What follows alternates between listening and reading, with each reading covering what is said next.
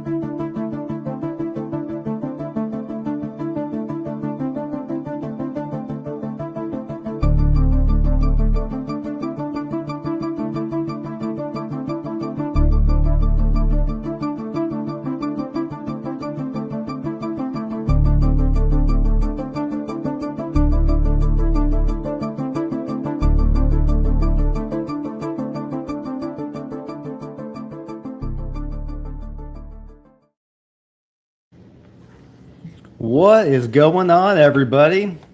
Welcome to the Talk Work Nexus. I hope everyone's had a fun summer break so far. I know we took a little summer vacation ourselves here. But we're back and we're hopefully going to be able to run it for a while. Our first guest back, of course, has to be Chief. Hey, Chief, welcome to the show. What's up? How's it going?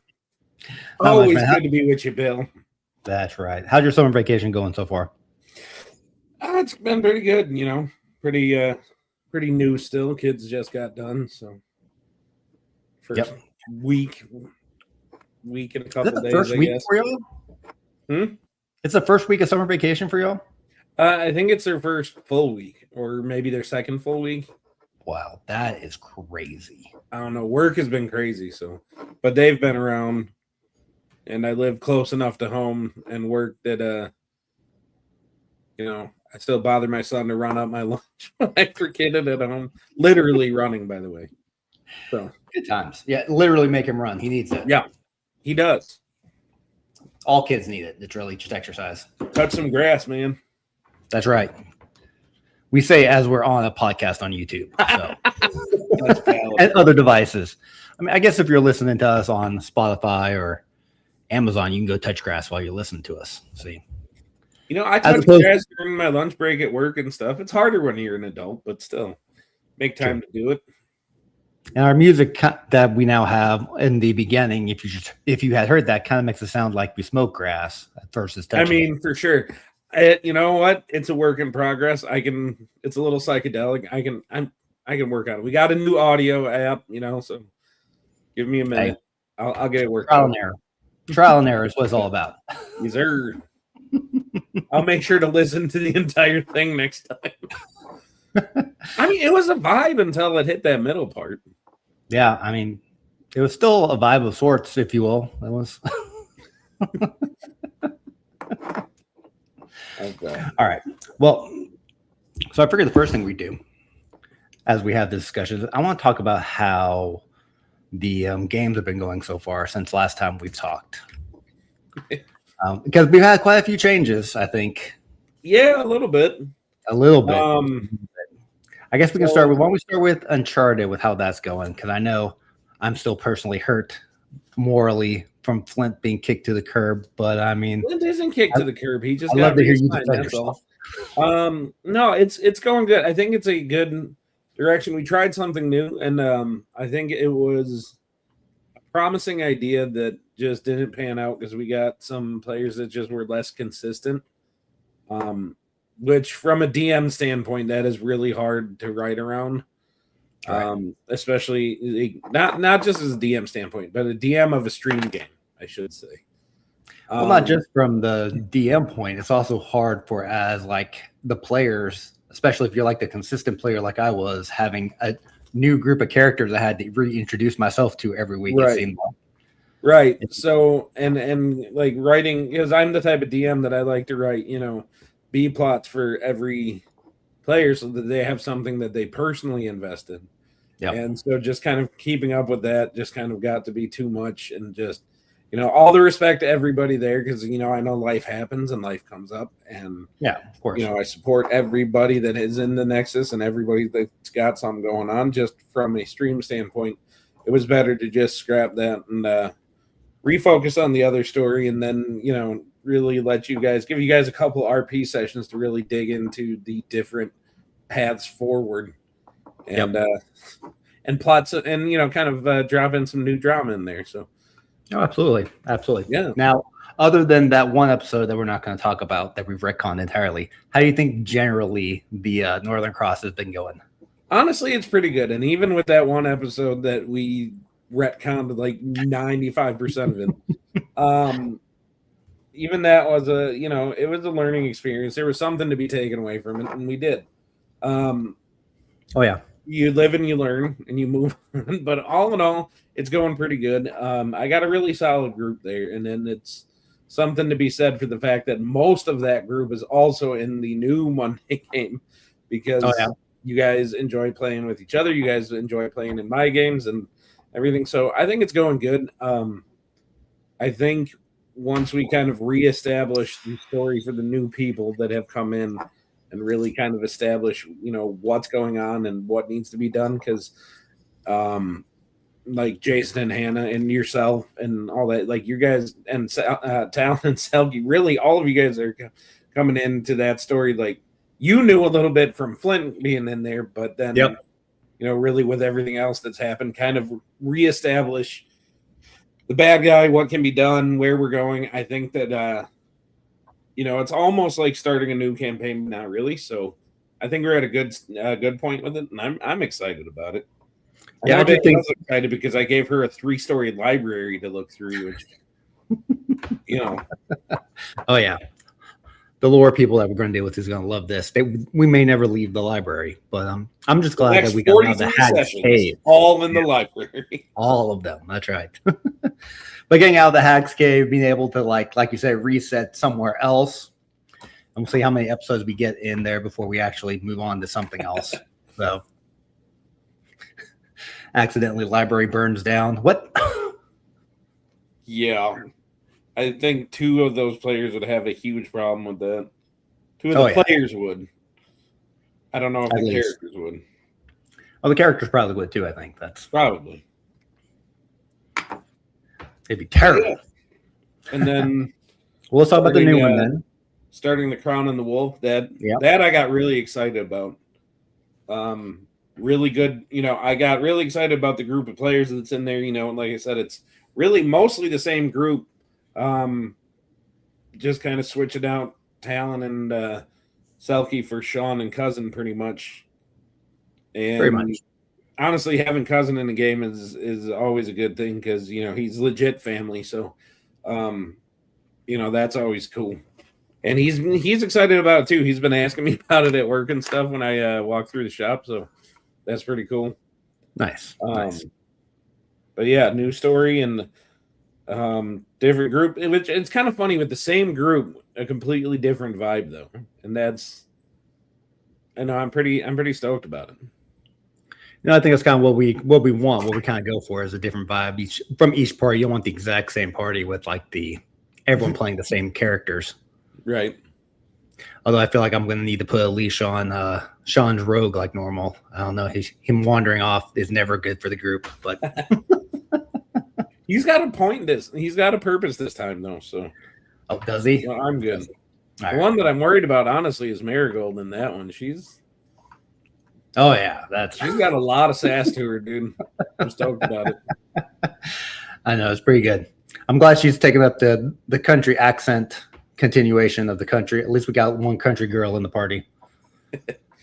Or country boy. His accent's so good. Her accent work, I know that she probably doesn't give herself near enough credit. Hannah's accent work is really good. And her energy is really good, which kind of gets me going as a DM, which is awesome. So, oh yeah, I think the majority of that party is really good. You gotta watch that Paladin though. He's an asshole. You know what annoys me about me as a character? Like my characters, I don't do serious characters well because I always fuck up something. I always mess something up, and then I'm like, oh, like that's the part we remember. That's why I'm better with goofy characters. I know, but and that's fair. But I think it's good to grow. And honestly, from an improv standpoint, like, learning how to correct it in character it's a skill that you kind of pick up. Yeah. And I think you did fine with it. That's still annoying. Reading the messages from your DM fully is always a good thing. Well, reading wasn't the problem. It was comprehending what I read. That's valid. That's what happened there. That's I keep telling you people, I am paid to lead, not to read. There you go. So, but no, isn't that the old Army motto? Paid to lead. No, that's from the Simpsons movie. Okay. McBain, when McBain becomes president, he's pretty much Arnold Schwarzenegger. Nice. He becomes president, and then the guy gives him like 3 items he gets to pick from. He's like, "You pick one plan we're going to go with." He says, "I pick this plan," and the guy's like, "Don't you want to read them?" And he's like, "Not what I'm here for, bud. This one." Nice. That's a good way to go about it. I think so. Reading's totally overrated sometimes. Absolutely. Absolutely. All right. Well, let's talk about since we're going in order of the week, we have Midnight City Royale. That's a good one. I'm enjoying that so far. I'm Yeah. hoping we can get through the maze. I Actually, was get gonna in the say, game I and get hope through the we maze. get back to it. No, having Tim DM has been great, and you know, it's fun characters. Me and Danielle having a little bit of a different vibe in that one. That's pretty cool. And because like really, it's kind of funny to be playing like a couple in that one when our back and forth is really more like sibling esque normally. So like trying to transpose that into something different has been fun and a little weird. And a little weird, a little awkward for everyone. Yeah, but you know. I mean, I could always make it more awkward because I am blessed with the inability to feel awkward. So I'd rather you not make it more awkward. I feel like it's pretty awkward as it is with all the breaks we take. Breaks. Right. I mean, that's true. And I mean, we've talked about it. The number one BBEG of any campaign is always scheduling. And, you know, like, you know, that one's bit us in the ass. And so has Threads of War lately. But really, it's nobody's fault. You know, Tim working a side job and a side hustle, and, you know, he's got to do what he's got to do to make ends meet. You can never fault anybody for that. Oh, yeah. I mean, number one, you got your job. Well, maybe not number one. You got job, you got family, and then if you have time to play the game. So. Yep. And then Danielle with the fact that her computer took a shit and, you know, her new one's just on the way. Can't really blame her for that one. Yeah. You know, because like she came to me and she was totally down to try to DM with just on the phone. Her set up like on her phone, and like, you know, I was like, Roll20 on the phone is, you know, no offense to Roll20, they're great at a lot of things. My personal opinion is that their mobile application is not so good. Definitely not friendly to DM with. Oh yeah, I mean, I couldn't get it to open up on my phone at all. So yeah, I have yet to figure that one out. They do a lot of things right. Their mobile app is just not one. Right. They got ways to improve. Yeah. So since you're a player in Midnight City Royale, I'm going to ask you to guess. Maybe do a little motorboarding with me, if you will, where we think this story is going. Do we think the whole goal is to get back home and then figure everything out, or do we think something's going to prevent us from getting back to the village? You think? I honestly don't know Tim's DM style enough to make a call on it yet. I know that we're dead set on getting home. Yeah, we are. And well, you know, long term, right. I am like, I'd say I'm like a 70-30 split on being sure that Johnny is actually the bad guy. That he's the one that's setting this whole thing up. That you know, it's a hot take, I know. I think he's setting us up. That's what I think. Because that's always a good twist to take, you know, the knife coming from behind you instead. Interesting. I mean, that would explain a lot of our group and why he brought the group. Right. And why Danielle's there in the first place, which is a question we all keep on asking ourselves. Because she follows me. And that's the thing is it's like you're seeing. So this is where it's just funny to talk like relationship stuff with Danielle, because she's like, my girl's a strong and independent woman. And I was like, okay, that's fair. Why are you here? Because you're there. And it's like, well, like, cool. I strong and independently have decided I'm right. I strongly and independently chose to come with you. And you know what? I support it. But you know, just figuring out her vibe and why she like, I mean, because like really, you know, in game, you know, me and her have been together long enough that, you know, she's just kind of, we're always gravitating towards each other just kind of naturally, I think. And then you couple that with the fact that both of our best friends was Johnny, and the fact that he wanted the most able people there, And she would just kind of fall into that. So I guess that's kind of where it's coming from. I mean, that's what we're going with. Whether we truly agree with it or not, that's a different story entirely. But that's Right. that's our story. We're sticking to it. We're sticking to it. At least that's your two story. The rest of us are looking at each other going, are we sure she should be here? And now she's trying to drag us all back home so we can make sure the kids are taken care of. And we're like, then why did you come at all? Right? It's like the kids will be fine. It's us that we have to worry about being okay. Yeah. But that's all right. Yeah.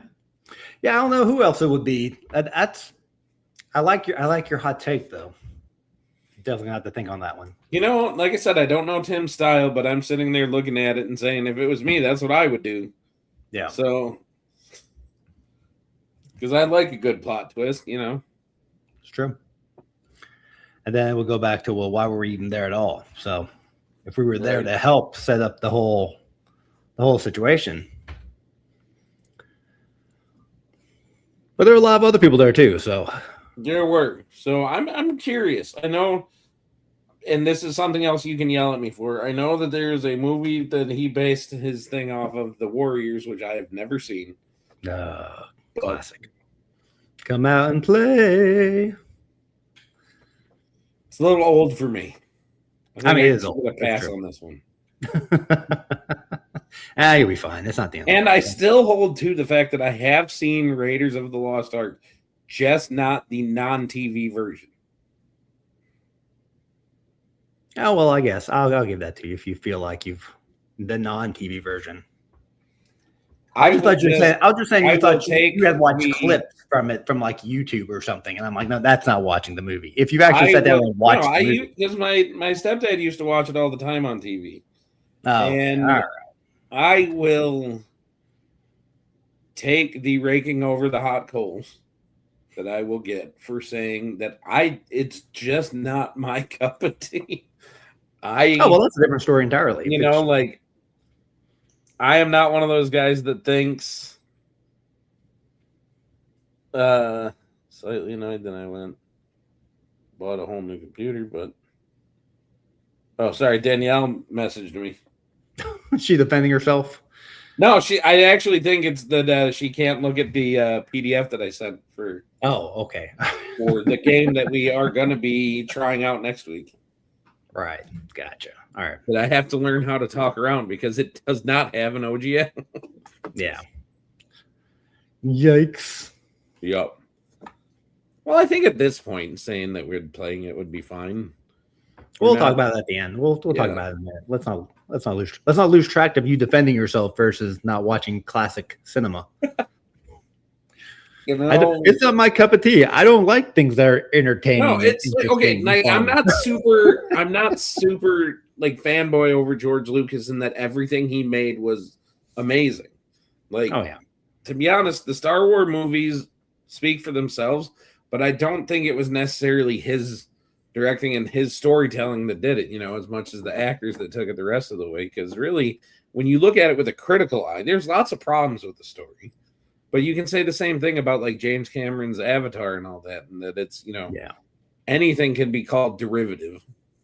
True. And that's even though it was a new take on, you know, the sci-fi genre and getting everybody into space, like the story itself, not hyper original, but it did a good job of taking you somewhere else and putting you there. And, you know, because like the other one that I watched that I know he was involved with that I just wasn't super impressed with was American Graffiti. Like, oh yeah, that was one that like my dad showed me because he loved it back in his day, and he's like, "Isn't it awesome?" And I'm like, "It was fine, like it was okay." Yeah. But I'm sure that my kids think the same thing about like Dazed and Confused and stuff like that. So, oh, absolutely. I've tried to sit my kids down and watch a couple movies, and they're like, "No, this is not the one for me. This is not the one for me." And I'm like, and you know, some movies, it's interesting to watch the younger generation's take on it. Like I started watching Austin Powers the other day, and I was like, "Man, this movie, dude! Like it was like instant nostalgia, like." late 90s. Like, what's like, and they're talking about like 30 years in the future in 1999. Oh, Jesus. Oh, no, I don't like that. That's Right. Well, now everything would be that movie would not have been made. There's lots of movies that like, this movie would not. There's not a remake coming for Austin Powers. That's I don't think so. I don't even know if there's a sequel coming to it. Though I do know that he, for a commercial, I know that he did the Dr. Evil thing with him and Seth Green. Yeah. And that was kind of cool. But I mean, it's hard because like you can't have Mini-Me in there because Vern Troyer's gone and like. Yeah, that's true. So, you know. And they're all very old now versus semi-old. Right. But hey, what are you gonna do? Yeah. Yeah, you know what? I think George Lucas as like a director, I'm not sure if I think he is overhyped, really. Absolutely. And there's not to take anything away from his accomplishments. He still gave us the world of Star Wars, and you can arguably say that he is owed a lot more to the success than I think I made it sound like I give him in the beginning. Because when he gave it up to Disney, we saw what Disney did with it. Like, I am sorry if you are a fan of the sequel trilogy. Okay, 10, 11, and 12. Or no, 4, 5, 7, 8, and 9, rather. If you're a fan of them, I'm sorry for your complete and total lack of taste and originality, and that you are just in a state in your life where you considered any of those to be good movies. I will give them credit for their visuals. That was good. That is about as much as I can say about it. And you know, when you look at the progression from 4, 5, and 6, and then 1, 2, and 3, you know, the idea that in the beginning Jedi took years to master. Like, you know, you were a child. You were a child when you got into it, and you were a Padawan for years. Mm-hmm. Well, all of a sudden you get to Luke where it's like months. Really.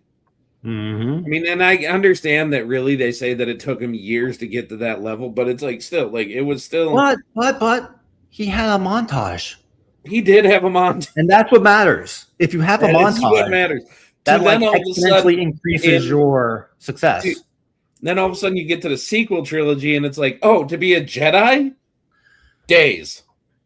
I just got to go meditate on a hill and chill with Luke Skywalker for a little bit. And then all of a sudden I'm going to say that my name is Skywalker. And I'm sorry, their whole bringing back Palpatine and like being like, oh, yes, I'm secretly a clone of Palpatine and making a bunch of other clones. And it was just like, what the shit is this?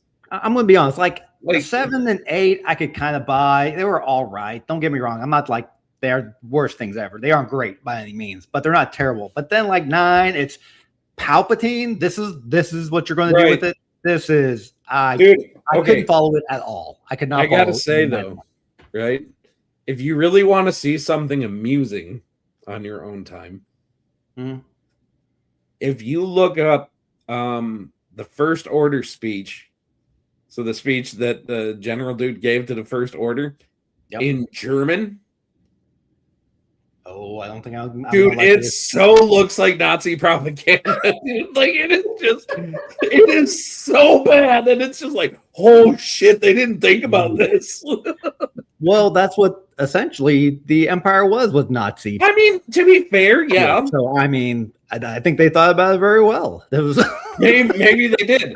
It's just, you know, they just. I mean, can you really call it a genocide to wipe out just Jedi? You could call it a Jedi side. A Jedi side. I see what you did there. Hey. Well, they're a religion, so we don't go around killing religion. I mean, that's true. But I mean, and here's the thing: is like to kind of tie it back to the world of tabletop gaming, right? There are so many other games that we can play. There are Star Wars systems. There are Star Trek systems Oh yeah. that we could really get into that. I think it's harder for a group like ours that is so varied. You know what I mean? Because it's like, and I found this even in our home game. Like, sorry, I'm also using the glorious back scratcher. But There it is. there are people in our home game that knew so much about Star Wars, Yep. that knew so much about the lore. And they're sitting here quoting stuff without even having to look at the book about, oh, this ship has this engine and they can go do this. And like, you know, talking about the Kyber crystals and really, you know, and it's really all about this. And then they got to meditate and all that. And I'm just sitting here like, I just want a fancy light sword. Like, you know what I mean? Like, and it's not to say that it can't be fun, but it's also like, I don't want to disrespect the source material. Well, I think that's Right. also who you play with. If you like, we played a game in like my college years where we were essentially doing episodes parallel to 4, 5, and 6 in our own way. Yeah. And we included some of that. Like I remember we ended up piloting through the Death Star with them while they're blowing it up. We're all blowing it up together. That's cool. And while some of us, my brother knows a whole lot about Star Wars. He's a huge Star Wars fan. I'm a semi-Star Wars fan. We had some people who was no Star Wars fans. It just depends on how you present it. If you present it like, oh, I know all this and this is all important, you're stuck up about what you know, and you come across as superior because you know this information versus, oh, but don't forget that this person's just excited about it. If you're just excited and you want to share, that's different from. And I kind of feel like that way about the Cyberpunk game, because I know that there are people that played like the original Cyberpunk game, and then there's the people that got into the video game, and then the anime that came from that, and all that kind of stuff. Like, so there's all these people, and I don't claim to be this expert in the lore that I can speak at it so in depth. You know, I fully own the fact that I'm going off of the fact that I got stoked about the fact that there's a TTRPG world of the video game that I've been playing and putting hundreds of hours in. So let's just jump into it together. And the thing is, I think kind of coming in with the kind of base, like everybody's base knowledge being close enough. Yeah. The same. I might, you know, like if we're here, like I might be like right here. But it's not like where, like with Star Wars, where I felt like, you know, everybody else was here, and then me and Jen were like, yeah, you know, through the floor. Like we were just here to have fun. Well, I mean, the other thing about TTRPGs is you don't have to be anywhere near where the story that you know is. That's valid. With Star Wars, you don't have to be near the Empire to play the game. Go to the Outer Rim. Go do that. Dude, here's the thing. Like, because you are 100% valid, right? But when I am playing with a bunch of people that can actively talk about, like, at length about several different eras in the Star Wars universe, and I'm just sitting here like, holy shit, there's so much I didn't know. Like, now, were you a player or were you a DM? Were you trying to I was DM? a player. Okay. I was a player, and we were playing, I forget the era, but it was it Darth Revan that was going around? So it was like right after, like, yeah, like a Jedi. I think he said something about the Jedi Civil War and all that, and then like the Sith came out, and Darth Revan, who is apparently like feeding. Well, he has his own video game too, The Old Republic. Yep, and that is where I think two of them, Tark, our DM, and cousin, were very big fans of the Old Republic games, so they were like all in on it. And I'm just sitting here like I'm like looking for like the obscure races, and like I'm like, oh yeah, they won't know what this is. So I ended up being, I can't even, like a Trelawney, I think, or something like that. I was a like 8-foot tiger person is what I was. That was also a Jedi. And apparently a gay Jedi, because I did end up in a relationship with Justin. I was like, how did this even happen? And the funny story is that's not even the first time. Well, actually, no, that is the first time it happened. I was about to say, that seems like that happens a couple of times to you at least. That's what like it was. really weird that it ended up just kind of falling in. And I was kind of like, okay. If I had a nickel for every time I ended up in a TTRPG relationship with Justin, I'd have 3 nickels, which isn't a lot, but it's kind of weird that it happened 3 times, right? Yeah. And that's the thing, is like that's the fun part about the game, that like you can take a game that way and just have fun and make it yours, and that is super cool. And part of the reason why I'm stoked to get like the Cyberpunk game going, which I know we'll talk to more in depth later, but why it is because there's not, like, outside of the game, which it is actively like the setting of Cyberpunk Red is before that game happened. You know what I mean? So it's, there's not this huge depth of canon and lore that you have to be familiar with.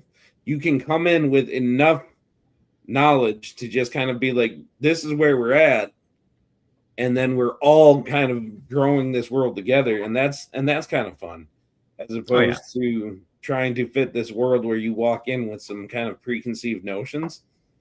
Because like, even because we stopped our Star Wars game and we got into Star Trek, and that one I'm a little more versed in, not a lot, just a little bit. But even that, I walk in with some kind of preconceived notions of, well, isn't this supposed to be this? Like, isn't this supposed to be this way? And I think that is kind of almost the enemy of TTRPGs, when you walk in, like, you could say the same for that and for like movies. I told you about the Lord of the Rings. After we watched that the first time, one of my friends was really upset because they were like, well, elves are historically the best archers. And I'm like, elves in history are historically the best archers. He's like, well, here it is. In Lord of the Rings, they are. I'm like, yeah. You already lost me. That's fictional. Fictional story, fictional world. I get it. You know a lot about it. You want everything to go by your little beliefs. But hey, things can be different. You're going to be fine. And that's the thing, is like I'm like that with the Harry Potter movies, because I knew the books front and back, up and down, inside and out, so much that, watching the movies, I can't help but sit there and just kind of nitpick a little bit. And Lord of the Rings, nowhere near as well versed in that, because I only read Lord of the Rings twice, the full trilogy twice, which, I mean, I even feel accomplished for getting to say that. Like, I mean, it's a difficult read, to be honest. It really is. It, like, knowing enough about it to look at the movie and be like, they are missing a lot, but then being able to step back and say, okay, if they were going to make this 100% book accurate, right, each movie would be like 9 hours long. And I'll tell you the other thing about every book that every director has ever made about every movie. None of them are 100% historically accurate to the book that they're based off, because directors taking their own interpretation of the story and changing it in some way, so with their directorial control. Right, and that's the thing, is like, certain things, like, I understand why Peter Jackson did what he did. Yeah. Right? Like, he changed Faramir's reaction to the ring, because he is sitting here setting up that the ring is something that, like, reaches out and corrupts people when you get near it. Like, that's where the power is. So in the book, Faramir looks at it and just said, I would not pick up this thing if it was laying on the wayside. Like, he's just like, no, get it away from me. Go, take it here, go. Like, but he changes that because he's setting up the story, of the ring being this corrupting force. And that's his story that he's telling.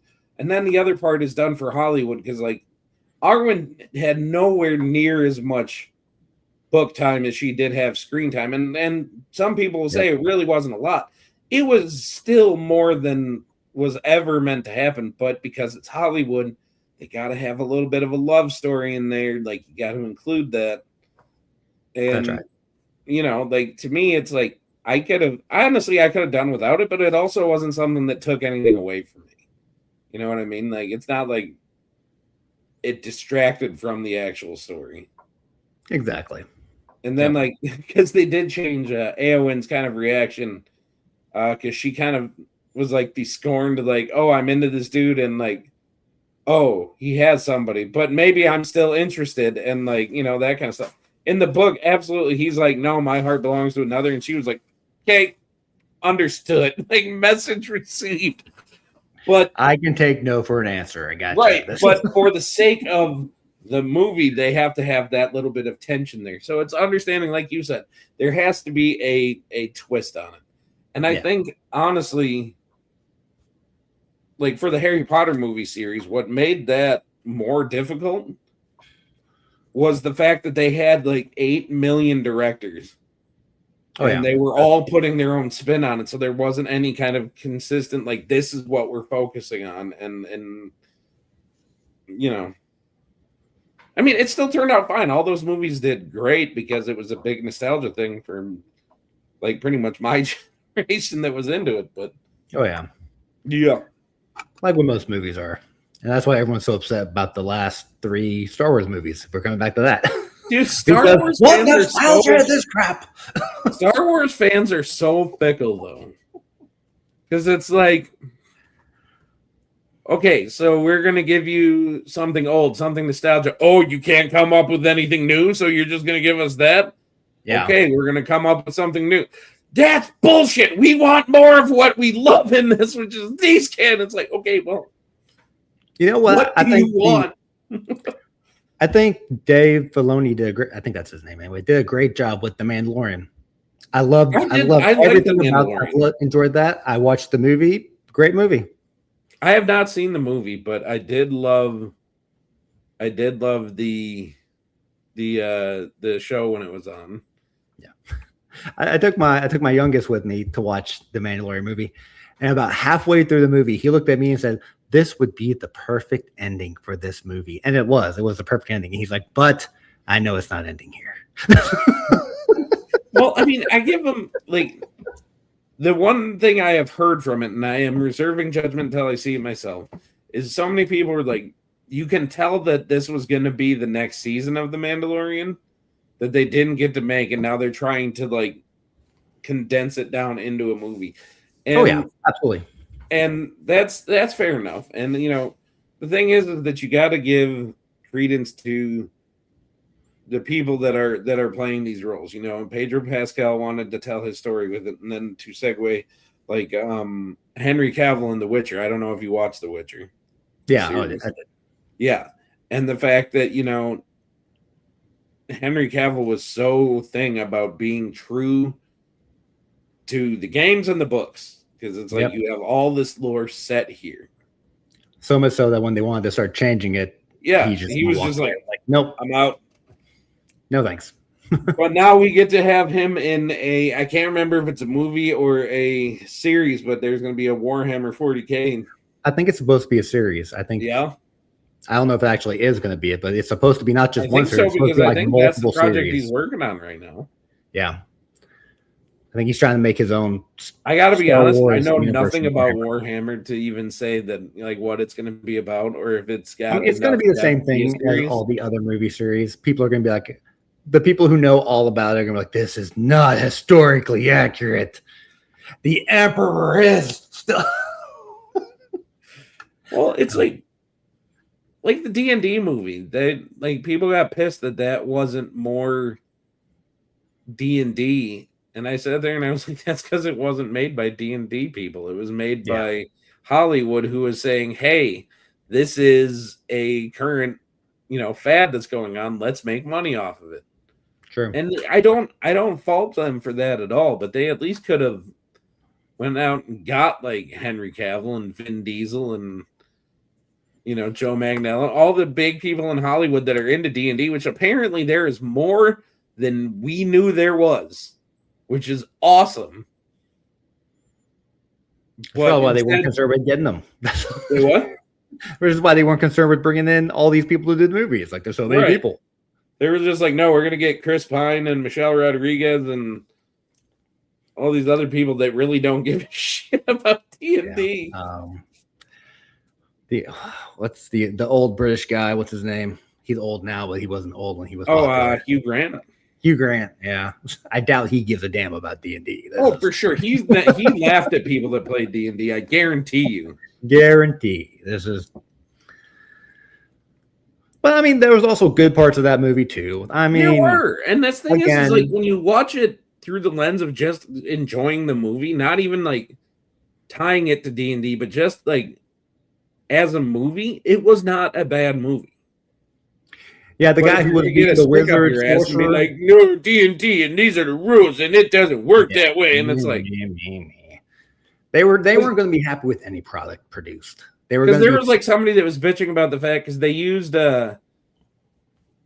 what did they use Animate Dead or something or Speak with the Dead. Somebody used the spell Speak with the Dead and only asked them like because you can ask 3 questions and they only asked them 2. And then he sat there and he was like still alive at the end and he was just like, hello, is anybody there? And somebody was like, oh, like that wouldn't actually happen because really the spell only lasts this long. And then he would go back and it's like, dude, shut the fuck up. It was still funny. It was funny. And that's like okay. All the people who got upset because she shapeshifted into an owlbear. Yeah. And by the way, I think it's dumb that they don't let them wild shape into owl bears. Why the fuck not? Because technically they're aberrations instead of beasts. Yeah, exactly. It's a fucking beast, dude. Chillax, man. Chillax. Right? Let them tell the story. I'm all about the story. I'm not about the mechanic. Did they get the mechanics right to go tell the story? So from that lens, how do you think our campaigns are going? Terrible. I hate them all. All right. Good night, everyone. Then I'll see myself out.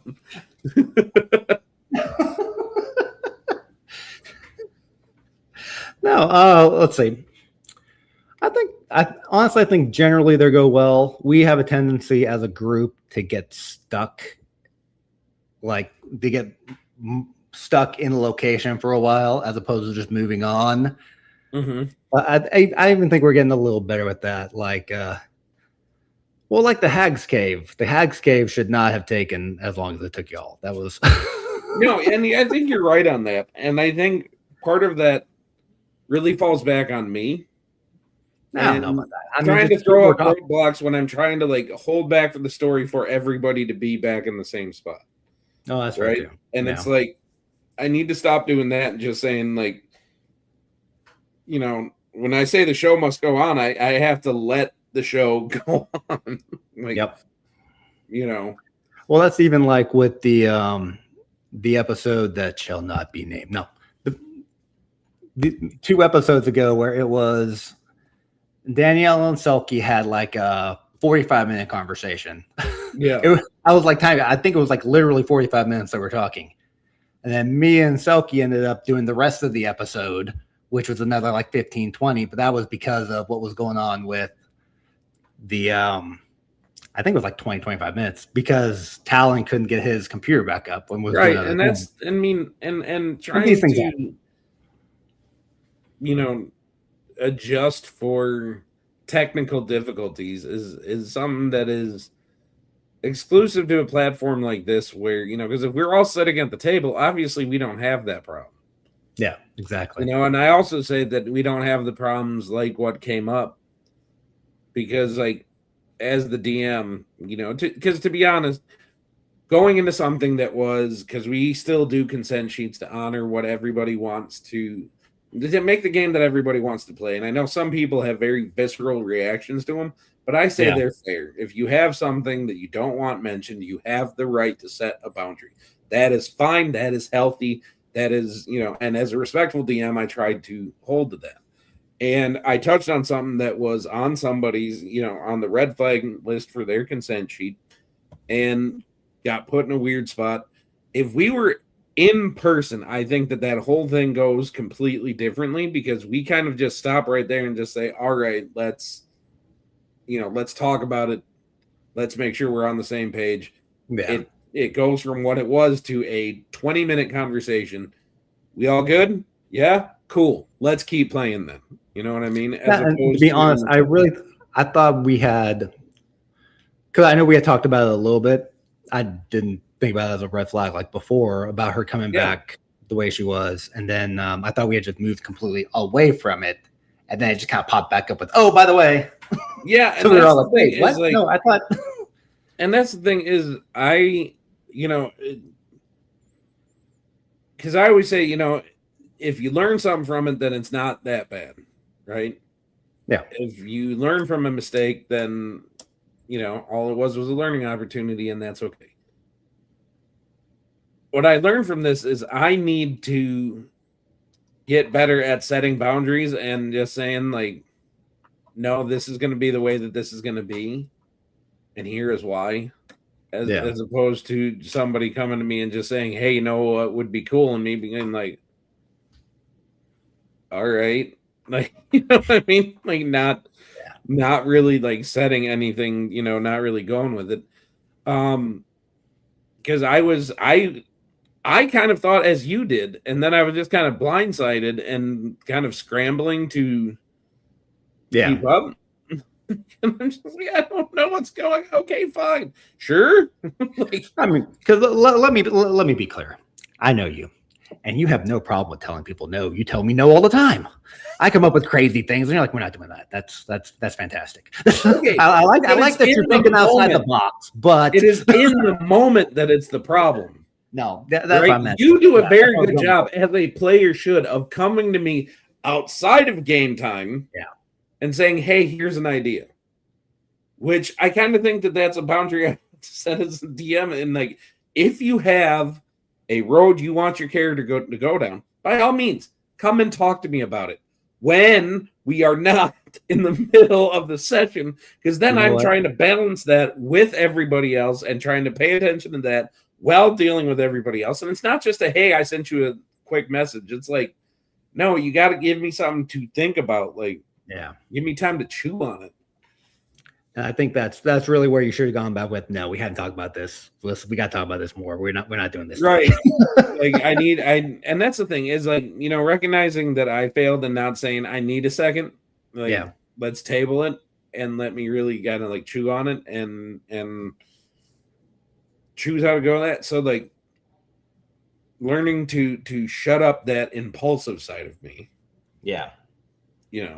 Well, that's the worst part of all of this is the impulsive side. I mean, the impromptu side, which is hard to balance the two. It is. It really is. All right, so we got those two, or we got that one out of the way. We just started The Crown and the Wolf. What is your first initial reactions to that story and how that's going? I like the way that's going. As I like the beginning of the story. I wasn't pleased personally that I didn't like run one person away with my good skill check and creative idea. That was a creative idea. Like one person should have at least ran away. Whenever I was screaming, monsters, I rolled high for that too. I was like, come on now. And you're like, no, we're not doing that. See, which goes to show me you know how to say no to people. This is I know how to say no. In the moment. See, you're learning. You're learning already. Look at you. Look at that. There you go. Setting boundaries. Yeah. I like the beginning of the story. I'm interested to see where that one's going in the future. And like you said, I'm interested in seeing the interactions that we're going to have with all the characters. So we've got some interesting ones, that's for sure. Oh, yeah. So then everyone find their role. I got to find my role in that group other than like watching the rogue and the crazy person talk to each other, talk back and forth. Dude, I think you're going to be the leader of that party, whether you like it or not. Like, I don't know about that. I think it's happening. I think it's happening already, and you don't even realize. I think it's all going to come down to you and Hannah. Which is only spells good things for you guys. That's right. It's like, that's it. We're tying ropes, everybody. We're dragging y'all around. Let's go. So we kind of touched on Midnight City Royale a little bit. What about Threads of War? I know it's been a little bit. We've missed a couple sessions, one of which fully because I fell asleep, and I own that. Oh, yeah, that happens. Dude, as an insomniac, I have to get to sleep when I can, and if I, I drifted off, and my wife, we started like an hour later. God bless her soul. she let me sleep, which was wonderful. Yeah. Because, like I said, as an insomniac, I don't find it often. So the fact that I stayed passed out from like 8 to like 11 or whatever it was, that was glorious. And the fact that I got back to sleep that night was awesome. So I don't apologize for that one so much. But then Nice. missing this week too, and then, but the story, from what you remember, like, how do you think that one's going?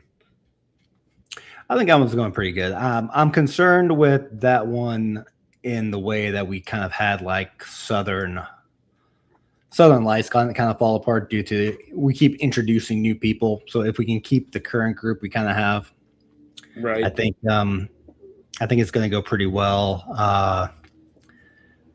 I think moving on from your part of the story, at least for now, is going to be beneficial. That way you don't feel the need to commit seppuku in the river and run away from the group. Being like, I don't want to be. I don't want to be in the spotlight. Damn it! And the spotlight just following you. It's like, It is. That is exactly what happened. It's like I'm like running around and like the spotlight is. You're kind of like Dr. Evil in the what was that? The third Austin Powers in the beginning when he's like. That is exactly what it felt like. Right? That's exactly what it was. And the rest of us are just like, just sit still.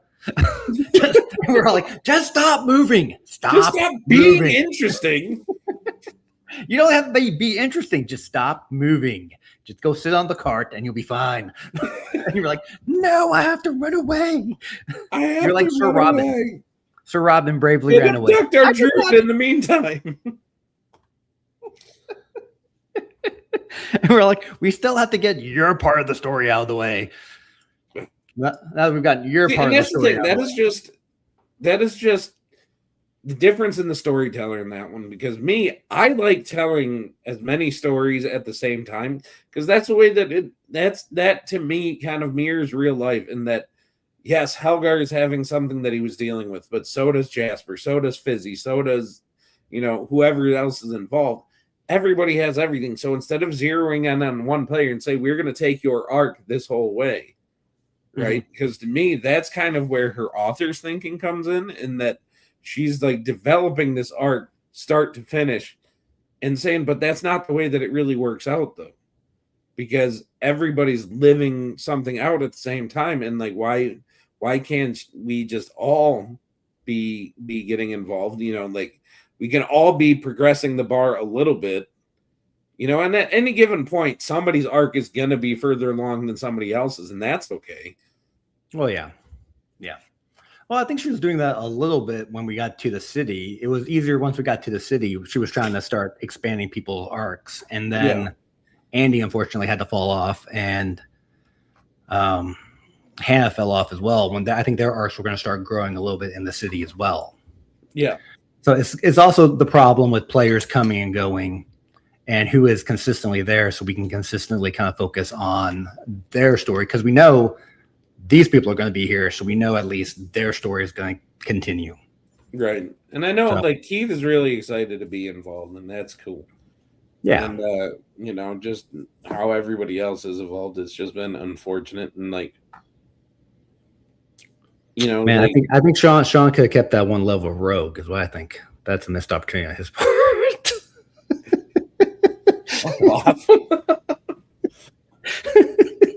Okay, maybe I pushed a little hard on that one. And the thing is, like, I do give credit for you guys that are sticking around because I am starting to realize it is hard for me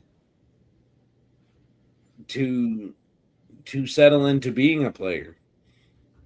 And to not sit here and backseat DM kind of and not have, not be this way. And especially like, because knowing that line between backseat DMing and helping Danielle learn to DM is the line that I'm learning to walk. And, like I said, admitting that there's a problem is the first, fixing it and saying like, yeah, it took me a minute to sit there and be like, no, she's got to be able to tell the story that she wants to tell. And that's completely valid and fair. And, I can't sit there and tell her how to do it. I got to, and that sometimes, and I think we both know from raising kids, that sometimes that's hard because it kind of falls into the same thing of sometimes you know your kid is going to fuck up and you know they're going to make a mistake. And with every fiber of our dad beings, we want to step in and stop it, but we can't, and we really just got to let them, touch the stove to figure out that it's hot. Yeah. You know what I mean? And sometimes we got to realize you're blue in the face. Hey, that's hot. Don't touch that. Yeah. But at some point, you just got to be like, whatever, dude. Do you? Go ahead, touch it. Touch it. And then when they touch it and burn it, you're just sitting here like. And then they're like, why didn't you tell me that was hot? Like, what? Or sometimes they just need like a third party to tell them not to touch it. Literally, maybe sometimes it's just. Maybe they'd listen if we texted them that it's hot. Maybe they need a third adult to come by and be like, no, that's actually hot. Don't do that. And I see that all the time with my middle child. He will do whatever he wants until a third party adult walks up and is like, all right, third party adult, I understand what you're saying. I'm like, I'm saying the exact same thing the third party adult is. So as a wrestling coach, yep, that has taught dozens of kids how to do what they do and do it well. I've turned out a couple state qualifiers. I'm proud of it. That tells me I do know what I'm doing, at least somewhat, right? Right. And it is so frustrating when I try to tell my son, hey, do things this way, and it will work out for you. Don't even know what you're talking about, Dad. Yeah. And then he comes back. How was wrestling practice? Oh, coach taught us this. And I'm just going to be sitting here like. That's the same thing I said. The fuck? I just told you that. I just told you that. But now all of a sudden that guy says it. You know what? Whatever. We learned it. That's what matters. Every time. Every time. Yeah, they're fun. Kids are fun. It's fine. It's fine. Kids are great. Everybody should have them. It's awesome. That's right. Does anybody want mine? You can. I have at least one you can have. This is he's got a year left on his warranty until less than a year at this point. Less than a year. I was gonna say my oldest is we're less than a year on that one. Cool. And then I'm about 2 years out on the other one, and it's like, yeah. See, because that's the duality. Like, part of me is sitting there like, please God, let's get there, and then the other part is like, okay, but stop growing up because. Yeah, it's tough. And then don't worry. Here in a couple more years, you'll be like, why are you back here? Why are you still here? I mean, we're happy to see the oldest when she comes back from college, but at the same point, we're also like, you should be out doing college things that we don't know about. You should be off making poor choices. That's right. Why are you not making poor choices right now? She's like, no, I'm here instead. It's like, well, I guess that in and of itself is a poor choice. This is. But as long as she's passing her classes, that's hey, there you go. Because I'm paying a lot of money for her to go to college. That's valid. That's valid. Yes, sir. They're fun. It's all fine. That's right. It's fine. Everything's fine. We're fine. How are you?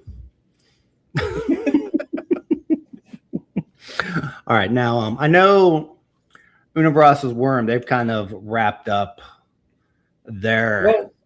they've wrapped up what they're doing currently, and they're going back in time, I think is currently what they're I think they're just doing a little bit of a reset, and because I had to figure out something to put down, so I stepped away from that one. Yeah. Which I feel good about. I mean, I love playing with everybody that we got here on the Nexus is good people.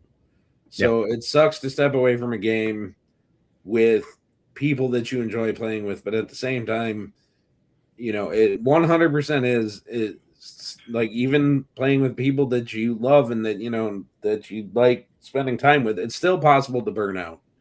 And so knowing that, instead of trying to force myself to continue to be in a game where I'm where I start to wear down, and all of a sudden I don't want to be the one that makes it less enjoyable for other people. So, told them straight up, I'm going to step away from that, and until, at the very least, until Tim is done with his, because he set his thing out to be like a mini series. So I said, at least until that's done, and then I'm going to decide where to go from there.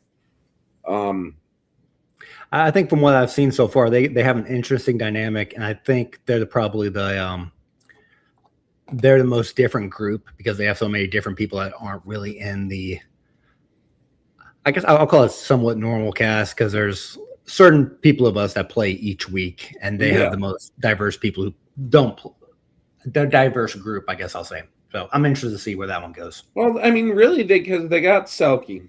Yep. And then they got Justin is, I give him credit for the fact that he's in that one, and then he's in our private games too. So, he still finds time for gaming, and for him, that's important, because that is something that helps his mental health as he is, finishing his masters and all that kind of stuff. So that's his time to kind of put that down. So, and then they got Tim, who we are seeing as a DM, less as a player, but you get to see him there as a player. And then I did find out if we do Cyberpunk on a regular basis, I think he said he might be in on that, at least for the one shot. I'll say that. Right. So we'll see if that. And then they've got Matt, who joined us a while back, but I know he moved over to that one. I think he was with us. Matt. Yeah, Matt. He was with us like 2 campaigns ago. Yeah. Unlike the Wednesday campaign before we started Threads of War. Hannah's doing that one. Yeah, she got in on that. And honestly, like, it's cool to watch people find other groups that they're comfortable with too. And that's part of the great thing about the Nexus is, like, she found, kindred spirits over there. Yep. And of course Danielle's in one group. If she's not in one group, she's in all the groups. So she is in all the groups. But yeah, and that's the thing is, like, it'd be interesting when you get to talk to her, because I think she's getting a real taste of playing for, 3 different DMs in the Nexus, and how different of a vibe it is for every one of us. Because Talon's way of DMing is such a stark contrast to mine, and that it's so laid back and so just, whatever happens.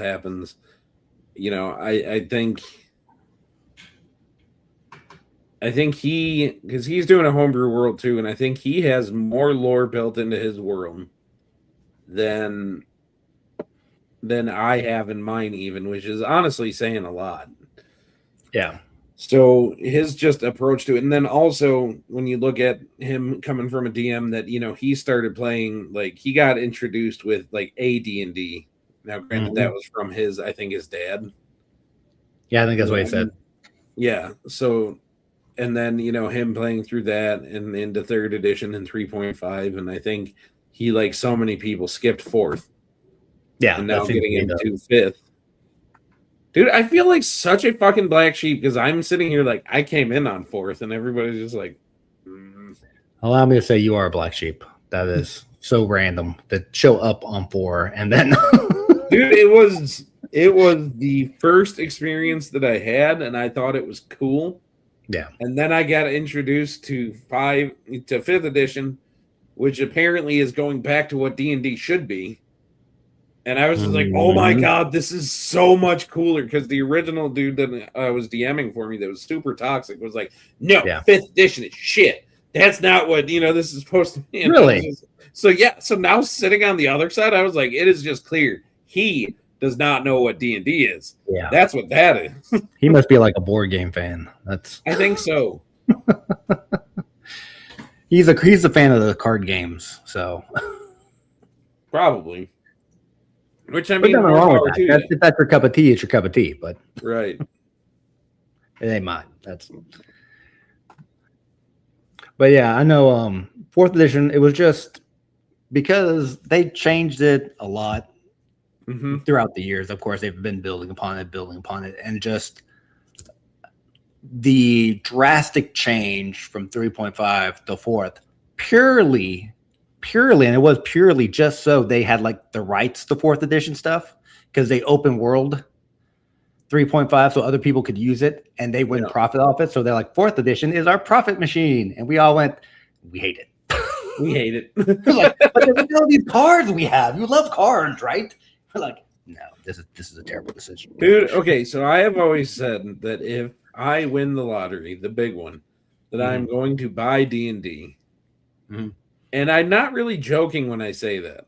And when I say the big lottery, I mean like because I really start playing once it hits like 500 million. Yeah. But I mean like the big one that I played like when it got up to like 2.1 billion or whatever it was. Where I was like, yeah, if I win that, I am buying D&D and so not joking. Like because Assuming they'll sell it to you. Say what? Assuming they'll sell it to you, but dude, do you really think they want? Because I would have 100% overpay just to get it from them. I would, just because like when you got the person that's running it is this X-Shot caller from Xbox that sits there looking at D&D and saying this is under monetized, and it's like I'm sorry. But she also said, and where she loses me is she also says that Magic the Gathering is under monetized. And I'm like, how the fuck do you figure? That game comes out with so many sets and so many different things that, like, at one point I bought some Magic cards because I was like, I used to play Magic. It would be cool to get into it with my kid. And then, like, learning, I have no idea what's going on anymore. Yeah. Because it is just. They change the rules. Yeah. Yeah. Well, that's the issue with monetizing all the games is you get to a point where, well, there's nothing more we can really do with the game as it is, so we just have to change the whole thing. Right. And you're like, and why I think did that's where they got to when they came out with fourth edition, and apparently they just shit the bed and major like. And the thing is I didn't know any better. Oh no, of course not. I didn't know that it was any different before that.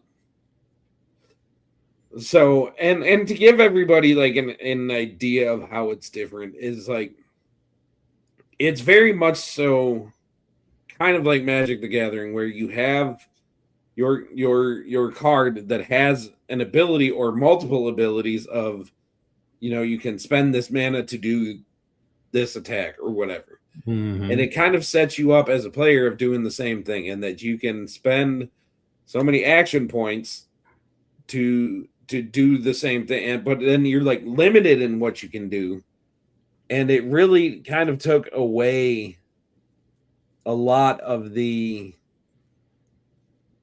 RP of D&D out. Yep. It pretty much was just a combat simulator at that point. Well, yeah, it was very much just like literally like you were playing one of the card games. Okay, I play this card, and then I put a break on that card. That card will rest one turn. I play this card, and those are my actions. And you're like, oh, okay. If you like playing the card games, that's great. And then like it didn't lend itself very well to out of combat things. Like it was there really wasn't anything for out of combat. There really wasn't a lot of stuff for out of combat. Right. And that's where, like I had no idea that that's not what D&D was. So then, like I said, I get introduced to 5th edition and it's like, what's this? Like, this is amazing. It's like Jack Skellington in Christmas Village. Like, what's this? That was perfect timing too, by the way. Hey, yo. Man.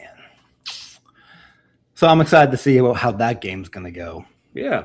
So let's go ahead and talk a little bit more. Tell us a little more about how we're going to the Forbidden system now, apparently. Say what? So we're going to try to do a Cyberpunk one shot to see how that works for us. Yeah, I'm stoked about it. So I've been playing the Cyberpunk games for a few months now, and like enough to the point where I have literally over 200 hours in on the game. That's how people used to do it with the Knights of the Old Republic. By the way, if you're wondering I why they believe it. enjoyed that show so much, or they I enjoyed believe it, and that's StarCraft. also the way that that I did Skyrim. Yep. Not the first time I played through it, but the second time. Once you realize that's what you're supposed to do, Right. And realizing, because it is honestly, not to just be a plug for the video game, but the video game is a great game that is so in depth, and it was, I think, to the best of my knowledge, the first true AAA game that I've played. And what a AAA game is a game that they are the ones that generally have the most money sunk in, the most development, the most, the richest. They're the ones that are just like, no, actually, I take that back. The first true AAA game that I played was actually Red Dead Redemption. Oh yeah, you love Red Dead Redemption. You fucking love Red Dead, dude. It's so good. It is so good. And it's on that level where there's just so much to find. And I love the fact that I've played through Red Dead Redemption at least 4 times. And I know for a fact I could still go back and start up a 5th playthrough right now. For 1, would I play all the way through it? Yes, I would. And for 2, would I still find something new that I didn't find in the first 4? Yes, I would. And that's fucking amazing. And Cyberpunk is a lot the same way, where it's just so in-depth. It's just, instead of going back to the Old West like you do in Red Dead, you're going into this kind of futuristic dystopian society that really kind of started as a original author of it kind of wrote it as a cautionary tale. Yep. To technology integration into our lives, which, especially in today's day and age, is so relevant. I wonder, we already talked about so is that I'm trying to think of the name of the book now, because there were 2 games that came out kind of at the same time. One was Cyberpunk, the other one was Shadowrun, and they were kind of both based off of a Keanu Reeves movie. Johnny Mnemonic is what we always initially watched. Like that movie really, if you wanted to be a Shadowrunner, I'm sure kind of the same way with the Cyberpunk. Well, funny thing is, Johnny Mnemonic is a movie. You would want to watch that to get the feel of what it would be like to be that kind of character. The funny story is, with Cyberpunk 2077, the video game, Keanu Reeves is in the game. Yep.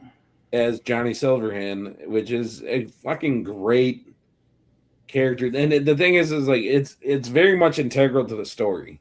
Yep. Because you end up, to kind of talk about the plot of the game without giving too many spoilers, you end up with basically a accidentally downloaded version of Johnny Silverhand's consciousness in your mind as you're playing the game. Oh, okay. So you're interacting with him even though he's just in your head, and then you're trying to preserve yourself because his personality is not even intentionally, but it's kind of taking over yours, and so you're trying to like balance it out, and then and in the end you can choose which way you go. Like it's all great. But like I said, it touches on such a relevant message nowadays, because technology is such a major part of all of our lives. Such as us doing this right now, sitting here, talking from half the country away. Yep. And it's just taking that to the extreme, which is what any good story does, to the point where everybody is cybernetically enhanced. It's just a matter of how much. Yep. I feel like whenever I watch some new innovation that Elon Musk comes up with, I'm like, we're one step closer, baby. One step closer to the Shadowrun Cyberpunk universe, man. Dude, and because that's the thing, is like in that game, like you can basically you everybody has this port to jack in where it's like it comes right out of your wrist, that it is a little plug-in that you can plug. You can insert like data chips right into your brain and download it right into your brain and all that. Like the whole idea is that everybody is more machine than they are human, but then preserving your humanity is a really important part, and that's the part that comes up less in the game. They do touch on going into cyberpsychosis, which is where you have so much technology built into you that you lose your humanity, right? Yep. They touch on that being a problem in the game, but it's not something you as a player really interact with. Yep. So When we because get I go back into to the Shadowrun, because when I go back to Shadowrun because Yep. that's the game I played between the two.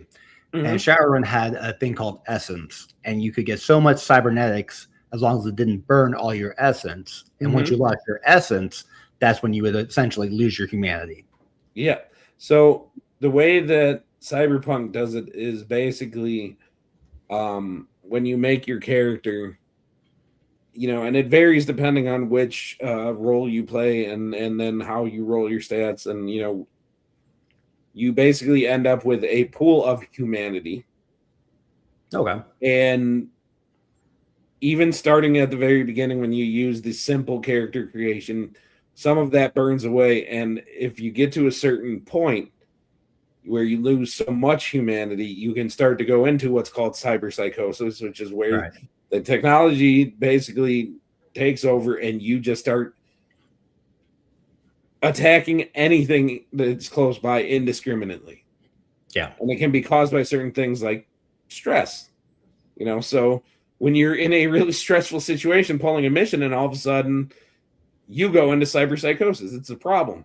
But then if you keep on going and because you can, if your humanity ever reaches 0, then you are just emotionally dead, and that is where you end up, like, your character, basically it's your character is dead. Yeah. Because you are no longer able to control it. You are just basically the AI takes it over pretty much. And so I wonder if it's kind of like Call of Cthulhu has the madness points. And if you fail a madness roll, or you'll lose some of your madness ranking, and if you get to 0 in madness, you would go completely insane. So that sounds kind of like that. Because here's the thing, here's the fun part about it. I am going to be learning just as much as you guys are. I'm running this one shot for our in-person game because our DM is gone up north, so we are playing the system tomorrow to give me a chance to kind of feel it out. Awesome. Based off of what I've read, I'm going to be into it. But it will really be a telling thing tomorrow, and then next Wednesday we're going to try a one shot with it. And so, is everyone a human in the game? Yeah, essentially. Yeah, and there is no option for anything but humans. Like you are literally you pick out your role. Like you can be like one of the roles in there is like a rocker boy, which is kind of what Johnny Silverhand was, and kind of just where. I mean, it's a little bit like a bard type role to equate it to something D&D, and then they got your net runners, which are the people that are going in hacking everything, and they know how to interact with the cyber reality. Hack the planet. Yep. And then you've got solos and lawmen and execs and all this kind of stuff, and then because your whole preserving your humanity, that's kind of the B plot of the whole thing, because the A plot to the cyberpunk universe is, and again, so crazy relevant to what's happening nowadays, especially in American politics, is it kind of goes into the corporations taking over the world. Oh yeah, and that they're all of a sudden, like there have been corpo wars and stuff like that, where it's not countries going to war, it is corporations which are so ingratiated in with the government that's kind of what ends up being. And then so in this universe, has parts of like the United States, I'm assuming we're based on the United States, has that essentially broken down into separate corporate zones, essentially? That is part of the lore that I'm still looking up, because I know that because again, America is now part of what is the NUSA, which is the new United States, and I think that involves some of Europe in some degree. Okay. Because the currency in the game is called Euro dollars, so it's like some mix of the euro and the dollar, and so it's all interesting. And like I said, that is where I am still very much so learning the lore. Yeah. Because again, going back to Shadowrun, they have it to where the country is broken down, and then corporations own sections of the United States and the world in general. So, Well, I mean, and that's the thing is like where it seems more like so finding out that the lore, from what I understand, and keep in mind, I have just started looking into this. In the video game, which is Cyberpunk 2077, yep. that is after what is called the Red Years, because apparently during the Corporal Wars, some nuke got launched and the world ended up kind of in this red tint for a while, and like Oh, that's interesting.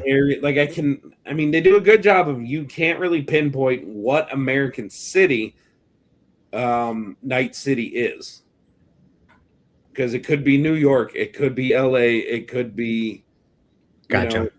It could They make it generic enough where it could be any city, really, if you want to make it. But everything around it is just kind of a desert. So that's telling me that at least that they're acknowledging that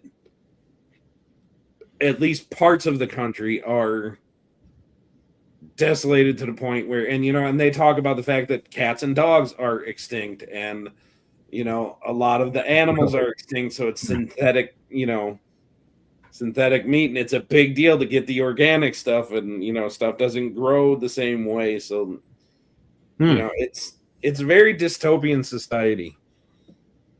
Very Mad Max. I think it will be a good time, and the fact that they let one of the roles be a corpo exec, so you can be like an executive from a corporation, and whether you write it in that you have left or that you're just you are coming out and getting this party of mercenaries or freelancers to do these jobs with you, like what story is going to be told is I'm really interested in it, and I think that there is a really promising,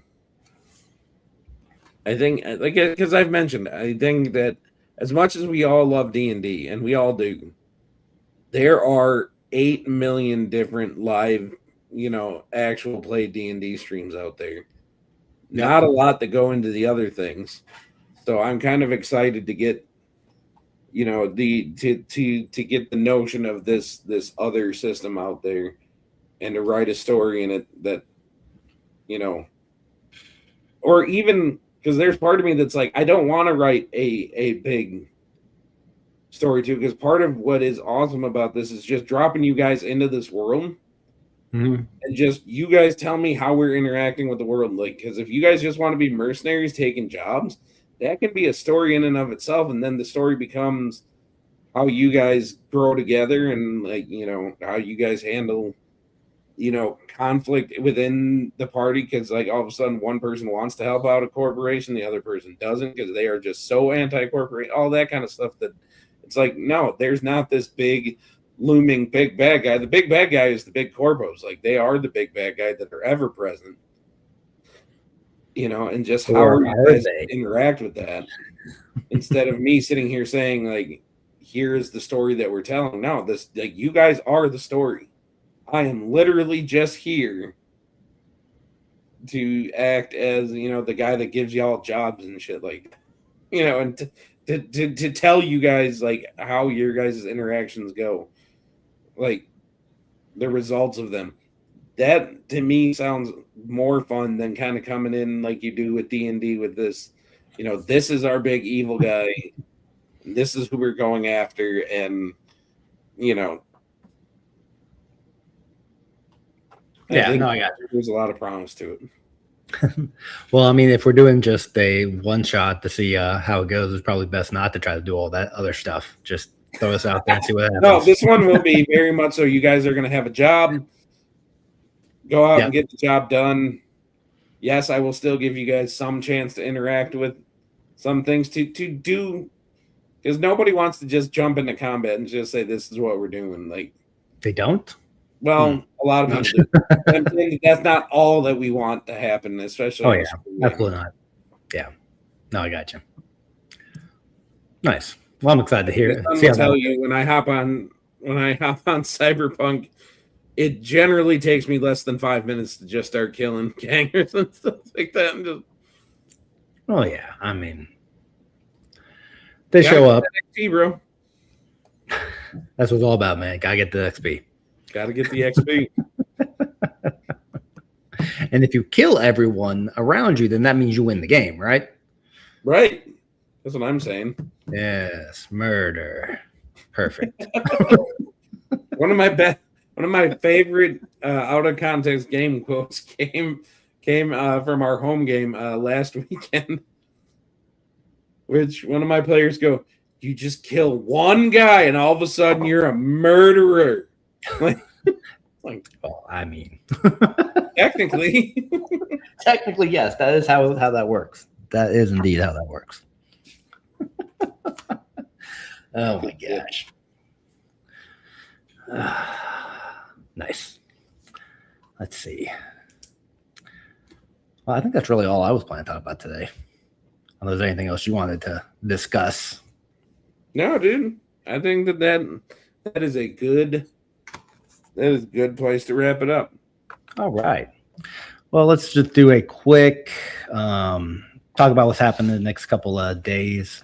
I know they revamped Maneuver's Worm is happening tomorrow. We've got, shit, yeah. I I think gotta it's get tomorrow. that ready Right? for him. Yeah. Or no, that is not that is not tomorrow. That's next week. Oh, did they push next week? Okay. Yep. All right. So next week, we're doing Uncharted this Monday. Yep. Assuming no communication issues occurred there. On Shouldn't be. Tuesday, we're going to do Threads of War. We are. Make We up for our moved lost Threads of War session. for Sean. Yep. And then Wednesday, we're excited to introduce our Cyberpunk one shot. Yep. Which is tentatively named Neon City Nightmares. No. I thought it was just be named WTF. Nope. Neon City Nightmares is what I am. That is Nice. the Neon loose City working Nightmares. title, and whether I keep that for if we turn it into a campaign, because I'm thinking that if it goes well, maybe we can when Tim is done, maybe that can be a new Tuesday one, or Yeah. I don't know. We're gonna see what happens, but either way, Okay. I'm excited about the one shot. Yeah, so am I. So that's excited to see how it goes. And then next week, we'll be here at the Talkwork Nexus. Who I'm talking with next week, I haven't decided yet, but it won't be Awesome. cheap. I finally tracked him down after a while. It is hard to lock me down. That's right. All right. Hope y'all have a good week, and we will talk to you next time. Talk to you next time.